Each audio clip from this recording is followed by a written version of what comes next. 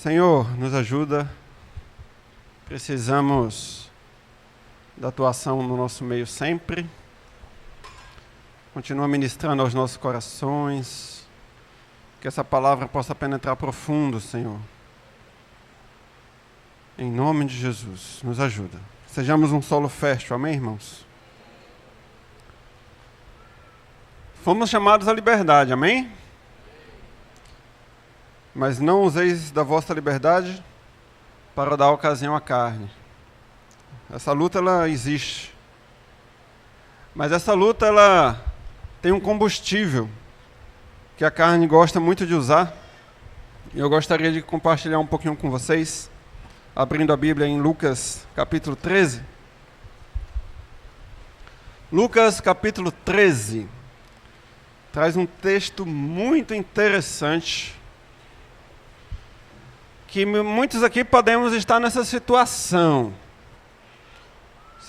de repente se enxergar melhor, ou atribuir uma fatalidade a alguém, a uma condição pior dela. E Jesus vem esclarecer algo muito importante para nós aqui. Vamos ler alguns textos. Gostaria de iniciar por esse. Nada muito extenso, mas eu peço sempre paciência dos irmãos, concentração. Amém? Porque eu sempre lembro, sempre. Todo domingo eu estou aqui ouvindo a palavra, eu estou lembrando da parábola do semeador. A parábola do semeador para mim é base para eu ouvir uma palavra de Deus. Onde a semente vai cair? Está comigo? Se eu estou com um solozinho ruim aqui, pode vir o Marcos Moraes lá de Salvador pregar aqui pessoalmente na minha casa uma noite inteira. Pode vir o Jefferson, pode vir o Gustavo. Se o meu coração não estiver receptivo para a palavra do Senhor, não tem jeito. Como ele falou, tudo vai começar de uma disposição interior. Então, como está hoje a tua disposição interior para receber a semente que já está sendo lançada aqui desde que chegamos? 10 segundos aí para você orar ao Senhor, pedindo para adubar teu coração.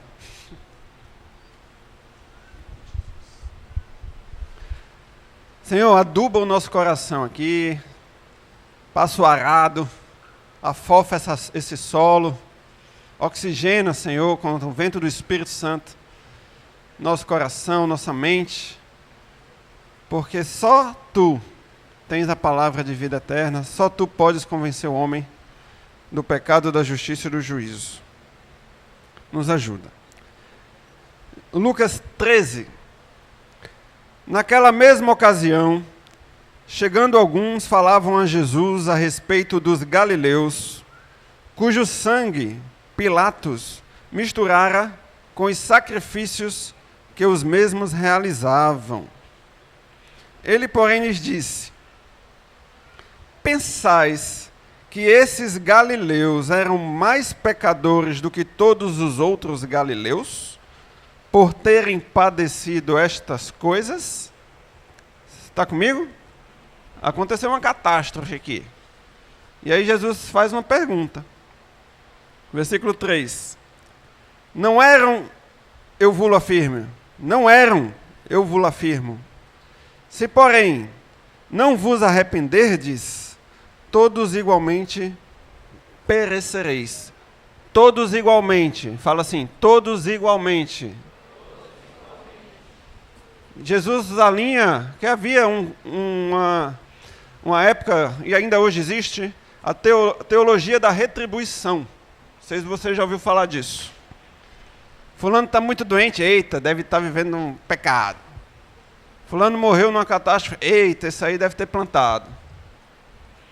E parece que tudo que acontece de alguma forma ruim aos olhos humanos a uma pessoa é porque espiritualmente aconteceu algo e Deus está retribuindo segundo as obras dessa pessoa. E Jesus está falando aqui, você é melhor do que esses homens que morreram nessa catástrofe? Não. Você é igual. Continuando. 4. Ou cuidais que aqueles 18 sobre os quais desabou a torre de Siloé, e os matou, eram mais culpados que todos os outros habitantes de Jerusalém. Aqui foi um tremor de terra que derrubou uma torre. E morreram 18 judeus ali, nesse desabamento da torre de Siloé. Isso é história, tá, gente? E aí, imagina, nós estamos aqui, aí tem um galpão ali, aí o galpão desaba, morre 5 irmãos. Aí, eita, esses irmãos aí deviam estar mal na fita. Acontece isso ou não acontece isso? Por que que acontece isso? Por que que a gente entra nesse lugar? É um lugar nosso? E Jesus está ensinando aqui. Jesus para e começa a perguntar, a arguir. Então, esses 18 que morreram com a queda da torre de Siloé, eles eram mais culpados do que vocês? Versículo 5. Não eram, eu vos afirmo. Mas se não vos arrependerdes, vocês, todos igualmente, fala, todos igualmente, perecereis. Se não o quê? Vos arrependestes. A gente precisa de quê, irmãos? De arrependimento. Talvez seja um dos ensinos mais repetidos no meio dos irmãos. É arrependimento. O que é arrependimento? O que acontece... o que é mudança? Como é? Até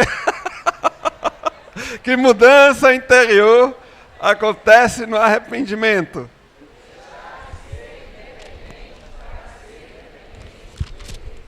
Nós sabemos a catequese. Mas Deus não quer saber quantos versículos você sabe decorado. Seu papai e sua mamãe quer saber. Mas Deus não está preocupado se você sabe muitos versículos decorados. Não que Ele não queira, eu quero saber. Mas esse é o exterior, que Jefferson está falando aqui. E aí Deus vai lá para o teu coração. Aí Ele vê você com juízo no coração. Que adiantou todos os versículos decorados? Não estou dizendo que não é importante, memorize a Bíblia inteira. Mas sobre tudo o que deves guardar? Está entendendo, né?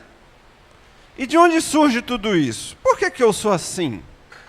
Por que que acontece uma situação com um irmão e eu julgo? O irmão está com uma doença grave. Eita, o irmão foi diagnosticado com uma doença muito grave. Eita, o que é que será que ele aprontou? Por que que nós somos assim? Vamos... Às vezes tem uns filmes assim que falam assim, Batman Begins, né? Superman a origem, Wolverine a origem. Esses filmes, muito deles se baseiam em muita coisa bíblica, vocês sabem, né? Para preparar o povo para as catástrofes que vêm no futuro, né? Teoria da conspiração. Mas usa-se muito a Bíblia para fazer muita coisa dos filmes que tem aí. E eu acredito que esse texto aqui fala muito sobre o que a gente vê muitas vezes em filmes na telona aí. Ezequiel, capítulo 28.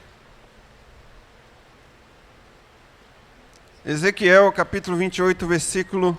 Eu não vou ler tudo, mas vocês precisam contextualizar para quem não sabe ainda. O texto fala sobre a lamentação contra o rei de Tiro. Tiro era um governo, e esse rei estava numa situação sobre juízo de Deus. Mas quando você vai entender o texto, esse texto não está falando de um homem. Ele está falando do próprio inimigo do Senhor, Satanás, porque em um momento ele fala, estavas no Éden. No Éden só tinha a serpente, Adão e Eva, né? E a serpente a gente sabe quem é. Mas houve uma revolução no céu. O inimigo, o anjo, o arcanjo, poderoso, maravilhoso. Versículo 14. Tu eras o querubim da guarda, ungido, e te estabeleci Permanecias no monte santo de Deus, no brilho das pedras andavas. Perfeito eras nos teus caminhos, desde o dia em que foste criado, então ele foi criado, até que se achou o quê? Achou uma iniquidade em ti. Por isso que Jesus fala que o diabo é o pai da mentira. Porque a mentira nasceu nele, ele gerou a mentira. E aqui nasceu a iniquidade, queridos. Onde nasceu a iniquidade? No coração desse querubim. Perfeito, lindo. Lindo, lindo, lindo. Versículo 16. Na multiplicação do teu comércio, podemos substituir comércio para ficar mais fácil de entender? Por influência. A tua influência. Se encheu o teu interior de violência e pecaste. Pelo que te lançarei profanado fora do monte de Deus e te farei perecer, ó querubim da guarda, em meio ao brilho das pedras. E o 17. Elevou-se o teu coração por causa da tua formosura. Vamos repetir essa frase? Elevou-se o teu coração por causa da tua formosura. Eu quero que você puxe na tua memória, porque você vai lembrar, com fé em Deus, a última vez que você sentiu o teu coração se elevando por algum motivo. Seja por um elogio, seja porque olhou assim de cara, esse negócio ficou bom, ó. Ou se elevou de repente, porque uma pessoa que você não gosta muito se deu mal. Toma aí, olha aí, ó, tá vendo? Chegou a hora. Viu? Eu falei, não quis me ouvir. Ou porque teu discípulo não seguiu o teu conselho e quebrou a cara. Aí ao invés de você se compadecer e ter misericórdia, você viu? Não seguiu o meu conselho. O que é isso, irmãos? Como é o nome disso? Vingança. O que mais? Altivez. Soberba. Elevar o seu próprio coração significa o quê? Eu vejo vocês aqui de cima. Quem quiser que me alcance. Né? Tem uns ditos aí femininos, eu não falo isso, que é coisa de mulher, tá? Encosta em mim que tu brilha. Né? É algo assim, né? Querendo ou não, isso destila uma soberba. Cola no pai. O pai tá on. Eu sou cara. O mundo não gira, ele capota, né? Porque a pessoa se deu mal e a gente se eleva. Isso surgiu, gente, num ser espiritual. Estamos falando aqui, talvez nem existisse ainda aqui, na verdade, talvez não, nem existia. A criação material era imaterial, era espiritual. E aí Deus cria todas as coisas. E aí esse ser, que estava elevado, foi expulso da presença de Deus. E ele não foi só. Junto com ele foram vários anjos. Diz que um terço do céu caiu junto com ele por causa da sua influência, da multidão do seu comércio. Ele conseguiu, puxar pessoas com ele. E aí vem a serpente lá no Éden. Conhecemos bem a história, não vou ler para não tomar muito tempo. E ela vai aonde? Qual é a tentação?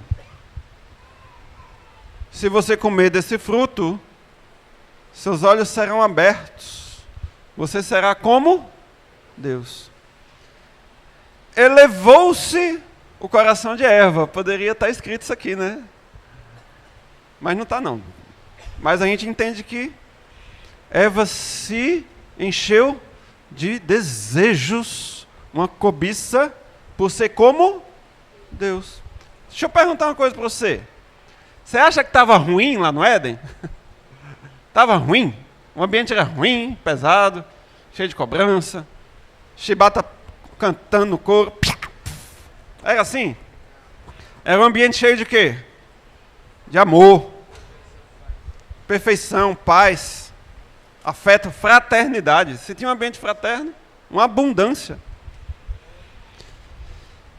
E aí, o ser humano acha que dá para melhorar. Falta de contentamento. Um dos grandes problemas que nós temos entre nós é falta de contentamento. E Eva começou a não se sentir mais contente. Ela começou a achar que dava para melhorar. Algo que já estava perfeito. E o que é que acontece? A gente sabe. Ela vai ao seu marido.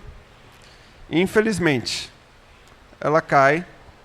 E todos nós hoje sofremos o pecado por causa dessa soberba que invadiu o coração de Eva. Vamos para Lucas 23. Gente, eu descobri uma coisa maravilhosa. Eu fui assistir o vídeo do último domingo e eu fico todo embananado com aquele óculos. Eu descobri que eu consigo ler sem os óculos. Glória a Deus. Glória a Deus. Lucas capítulo 23. Vamos para o outro lado da moeda. Versículo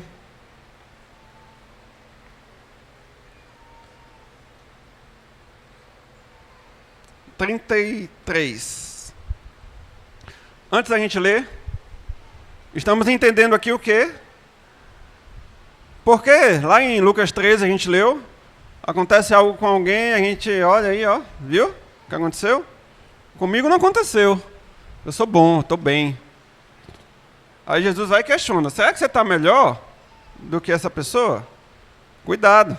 Se você não se arrepender, estando bem, você está bem, o pessoal estava bem. Bem. Se você não se arrepender, você vai perecer igualzinho. Você vai para o mesmo lugar. Você vai exatamente para o mesmo lugar do que esses que padeceram tanta dor. E aí chega o quê? Chega o grande dia. O dia onde os astros se moveram. O dia que Deus falou com os sábios da terra e apontou para eles assim, olha, vocês vão ver uma estrela no céu. Gente, isso é maravilhoso. Isso vira uma história tão comum que a gente não esquece da grandiosidade que é isso. Jesus ia nascer. Estava prestes a Maria dar o parto. E aí acontece uma movimentação no céu, aparece uma luz, uma estrela. Deus comunica aos sábios desta terra. Eu falo mago, porque mago a criança pode achar que é um Shazam, né? Um negócio assim meio mágico. Os magos eram os sábios, tá? E eles vão lá com presentes para um homem que estava nascendo ali no estábulo, no meio de um monte de feno. E adoram um bebê, porque Deus comunicou a eles que aquele ali seria o Messias, que o povo de Israel tanto esperava. E o nascimento de Jesus já inicia de uma forma totalmente humilhante. Não é porque José e Maria eram pobres, tá? Nunca foi. Eles tinham dinheiro para pagar uma hospedaria, José tinha jumento, eles tinham um trabalho, mas estava tudo lotado. Eles procuraram uma hospedaria e estava tudo lotado. Mas Deus sabia o que estava fazendo. Não vai ser aí não, vamos ficar num quartinho não. Meu filho vai nascer ali, no meio dos animais. Já começa a humilhação aqui, no nascimento. Fala da humilhação de Jesus, muitas vezes a gente vai lá, Jesus se humilhou lá, morreu na cruz. Não, querido. Aqui, ó. Desde a barriga, Maria já teve que fugir. Nasceu o bebezinho, já teve que fugir. Que é isso? Já nasce no meio de perseguição. Já mandando cortar a cabeça de bebê. Nasce no estábulo. Estava ali Jesus sendo humilhado. E aí ele vai crescendo. E ele começa a compreender o que ele era e quem ele era. Começa a ensinar nos templos aos doutores da lei, que impressionavam com a sabedoria daquele garoto de 12 anos. E aos 30 anos ele olha para os seus pais e diz, agora eu vou ter que seguir outra missão aqui.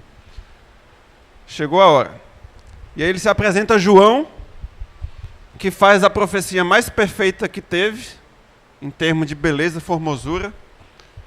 Eis o Cordeiro de Deus, que tira o pecado do mundo. João Batista, gente, tem que imaginar, sai da caixinha. Imagina João ali batizando, estava ali batizando o Rafael Friesen. Quando ele levanta, quem vem? Meu Deus! Jesus Cristo aparece em pessoa, em carne e osso. Imagina João olhando. Aquele homem simples, mas poderoso, santo, se aproximando. Ele fala, não. Eu não sou digno sequer de desatar a tua sandália aqui. Eu não vou te batizar, Jesus. Não posso, não dá, é muito para mim. E olha que João era um homem respeitadíssimo, viu? Até pelas autoridades. Não mexam com João não, porque se mexer com João, o povo vai se revoltar. E aí Jesus fala, é necessário que se cumpra. Ele se humilha, ele se baixa. Não, João. É necessário que se cumpra, você vai me batizar. E aí ele é batizado. E é levado para um hotel de luxo. Para aproveitar o período, para um banquete. Fomos batizados, nós somos assim, amém, nenhum problema. Batizado é violão, é foto para todo lado, aí vamos comer, e no outro dia vamos comer, e no outro dia vamos comer. Jesus vai para onde? Para o deserto. Jejuar 40 dias. Ô Senhor, por que a gente é tão diferente do Senhor? Mas amém. É Jesus, né? É Jesus. Ele se compadece. E fica 40 dias ali, tentado pelo diabo os 40 dias, tá? Tem gente que acha que foi só o finalzinho lá. No finalzinho ele foi tentado. Não, vai ler lá a Bíblia. Todos os dias tentado. 40 dias de tentação. E ele sendo aprovado ao final. E aí pronto, passou o pior? Não, ele continuaria sendo tentado o tempo todo. Não só pelo inimigo, mas pelos seus próximos. Era o tempo todo. Pessoas que ele veio para dar a vida, estavam ali. Você, será mesmo? Seu herege, curou no sábado. Como assim? O tempo todo, gente. Aquele povo judeu, que ele veio para esse povo, fica trocando. Aí tinha hora que eram os discípulos, quem é maior? Eu sou maior. Não, eu sou maior, eu, você. Ah, Senhor, manda fogo do céu, queima esse povo todo aqui. Corta a orelha de outro, guarda a tua espada. Deixa aí, deixa que eu resolvo. Sofrendo humilhação todos os dias. E estava sempre com uma palavra certa, no momento certo. Cuidando da sua língua, para falar somente aquilo que o Pai queria que ele falasse. Oh, meu Deus! Tremo na base falar isso aqui, tá? E aí, esse Jesus, só para a gente contextualizar, curou cego de várias maneiras, ressuscitou morto, andou sobre as águas, acalmou tempestades. Para mim, um dos milagres assim, que eu acho mais maravilhosos é a multiplicação de peixe e pão. Imagina, gente. Eu queria conseguir fazer isso todos os dias, porque comprava só 1 quilo de arroz. Já pensou? Ei, Bira, cadê o Bira? 1 quilo de arroz por mês, Bira. Já pensou?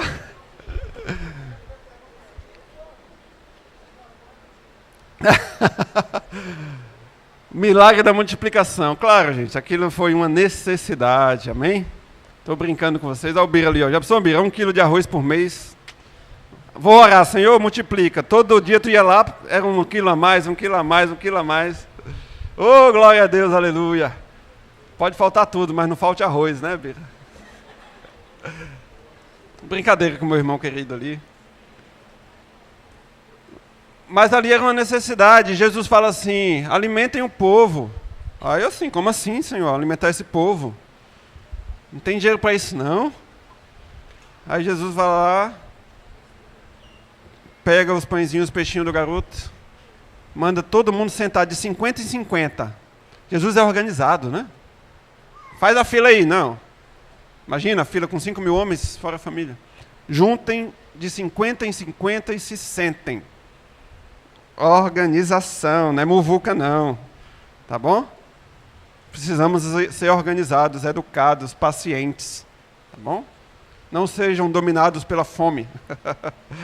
Daqui a pouco nós vamos almoçar. Quero ver se você entendeu. Tem visitantes aqui, amém? Tem idosos aqui, amém? Dê a prioridade. Não tenha medo de ser o último. E se acabar a comida? Na sua casa deve ter alguma coisa para você comer. Não se preocupa se acabar a comida. Você não vai morrer, eu te garanto. Tá? Jesus é assim. Foi dando comida para todo mundo. Não tinha problema com isso. Quando os discípulos voltaram de Samaria, tudo cheio de comida, o que é que ele fala? Horário de almoço. Uma comida eu tenho que vós não conheceis. Ele quer trazer ensino. Aí vocês ficam questionando, né? Eita, Gilberto William fala demais. Jesus não era diferente não, irmãos. Não é que eles falam demais. Eles gostam de ensinar. E Jesus ali na hora da fome, na hora de comer, Jesus quer trazer um ensino. Se fosse eu ia reclamar. Ah, é agora. Espera aí. Aí Jesus assim, eu tenho uma comida que vocês não conheceis. Aí, nossa, será que alguém trouxe comida aí? Se soubesse, não tinha nem gastado dinheiro lá em Samaria. Aí, na minha comida consiste...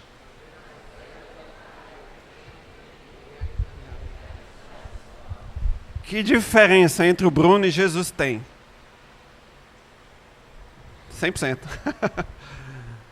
Domínio próprio, convicção. A necessidade básica minha não é nem essa com feijão com arroz aí não. É fazer a vontade do meu Pai. Que me falte tudo, mas não me falte disposição em fazer a vontade de Deus. E aí ele segue. Perseguição, sofrimento, até o dia que chega as 30 moedas de prata na mão de Judas. E aí não tinha um ambiente melhor, imagina. Na noite em que foi traído, Jesus pega o pão, o vinho, e reparte. Ele faz uma ceia na noite da traição. E aí? E aí, Edilson, tu sabe que um irmão teu vai te trair, aí tu chama ele para um churrasco? Por que eu sou tão diferente de Jesus? Por que eu não posso chamar um irmão que me traiu para um churrasco? E mostrar que está tudo bem. O Espírito Santo está em mim, eu perdoei completamente. E aí Judas vai e entrega Jesus com um beijo na face. E Jesus ainda pergunta, imagina, gente. Meu amigo, você me trai com um beijo? Misericórdia.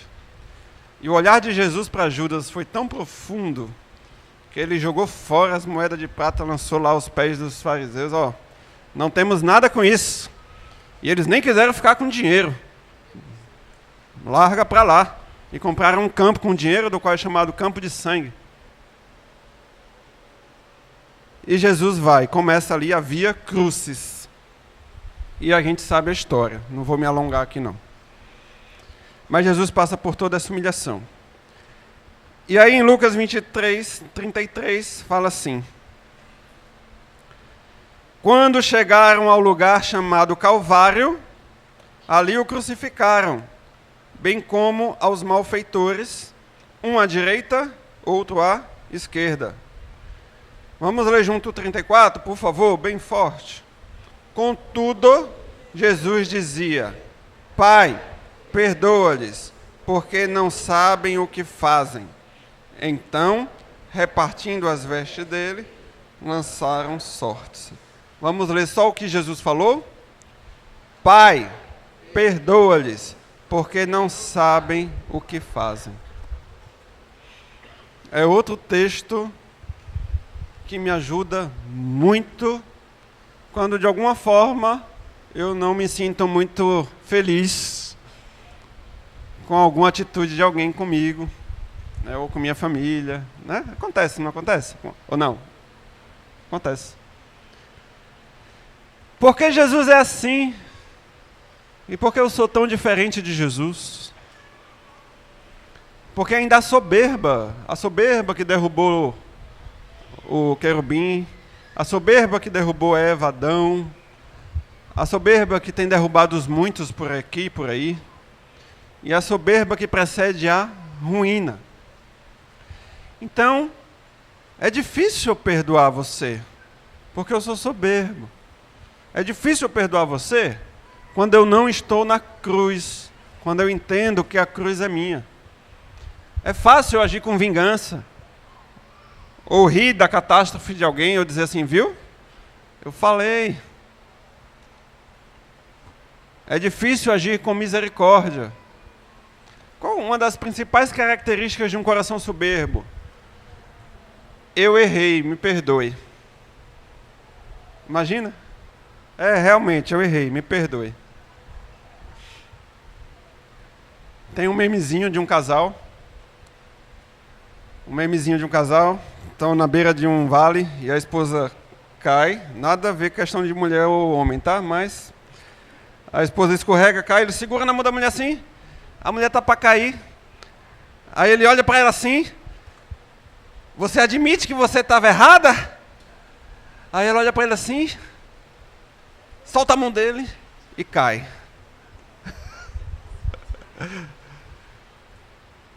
Podia ser homem, podia ser mulher, a questão não é essa. A questão é, eu prefiro morrer a assumir que eu estava errado. Essa é uma das principais dificuldades que o nosso coração tem. É ou não é? Ou só eu sou assim? Só eu sou assim. Prefiro pensar que só eu sou assim. E às vezes é em coisas pequenas. Às vezes é numa partida de futebol. Às vezes é num joguinho. Numa competição para ganhar um bombom. O bombom se torna uma pepita de ouro. O importante é o não perder. Eu sou competitivo, tá? Quem me conhece sabe. Né, Cássia? Quem me conhece sabe que eu gosto de brincar, gosto de jogar. Mas jamais eu vou entrar numa briga para ganhar a discussão. Não vou. Mas eu gosto de ganhar o jogo. Não a briga. A briga eu perco. Pode bater. Mas o jogo eu gosto de ganhar, faz parte. Né? A gente joga para ganhar, para se exercitar. Mas eu ofender meu irmão, ou entrar numa situação de discussão, de não querer perder, isso não. São coisas simples, mas são coisas grandes também. Num casamento, por exemplo, onde o casal chega a dormir separado. Imagina o marido dormindo no sofá e a mulher na cama porque não conseguem se entender. Porque não quer ceder, não quer perder. Mas eu estou certo, mas eu estou certo, mas eu estou certo. E daí? A tua razão vai te levar para o inferno. É melhor ir para o céu estando errado do que para o inferno estando certo. Não é melhor? Arrancar o olho, arrancar a língua. Mas é uma preocupação com a imagem do eu estou certo, eu estou certo, eu estou certo. Isso vem da onde? Do quinto dos infernos, que era lá no coração do querubim. Soberba. Você acha soberba em Jesus? Você não acha soberba em Jesus. Senhor, nos ajuda. Nos ajuda a olhar quando alguém nos fere e dizer, Pai, perdoa. Perdoa. Porque ela não sabe o que está fazendo essa pessoa, Senhor. Em nome de Jesus, como Estevão, Senhor. Tu que está falando de Jesus? Mas Estevão fez a mesma coisa quando estava sendo apedrejado. Falou, Pai, não lhes imputes este pecado. Você consegue tirar do seu coração essa soberba e dizer, Pai, perdoa o meu esposo, porque ele não sabe o que ele está fazendo, tenha misericórdia dessa alma, Senhor. Pai, perdoa minha esposa, perdoa meu filho, porque ele não sabe que ele está me ofendendo, mas eu perdoo. Pai, perdoa esse irmão, que tomou a minha frente na hora da refeição, me empurrou, porque estava com mais fome que eu. Eu estou falando isso porque isso acontece. Teve irmão que já ficou ofendido, porque o outro chegou e empurrou para pegar a comida. Acontece de tudo. É de tudo, gente, que acontece. Somos um povo, amém? Temos uma comunidade aqui. Mas o meu coração, a minha reação é que tem que ser em amor.